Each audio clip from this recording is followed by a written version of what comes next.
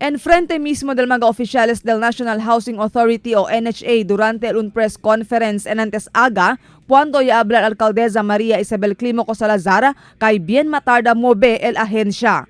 Esto después, hasta ahora, hindi pa siyempre puede completa el agencia con el proyecto Z3R, más que 3 años ya el ya pasad desde a ocurrir el Zamboanga Siege del año 2013.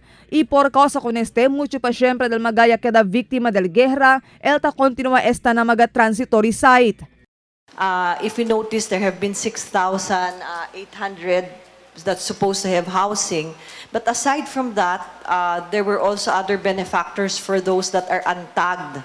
Mga 1,000 pa seno kinay pwede sige. So the phase of recovery is very slow. Okay?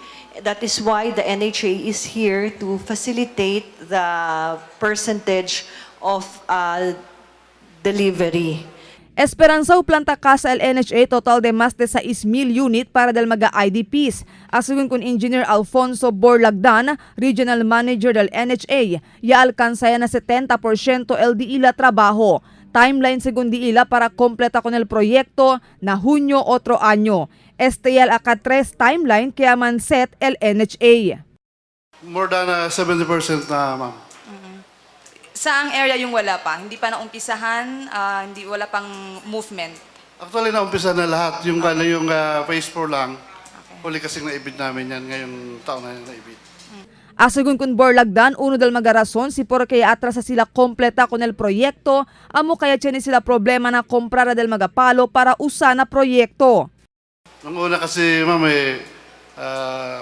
kahirapan kami sa kahoy. Kami nga ng district manager ko, kinasuhan ng illegal logging dito eh.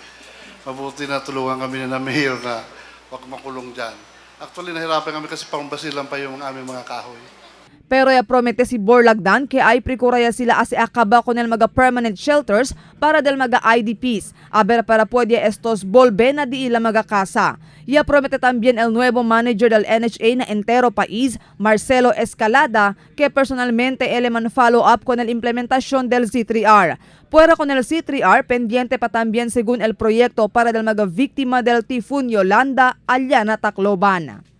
Marifita Mayo, Dateline Zamboanga.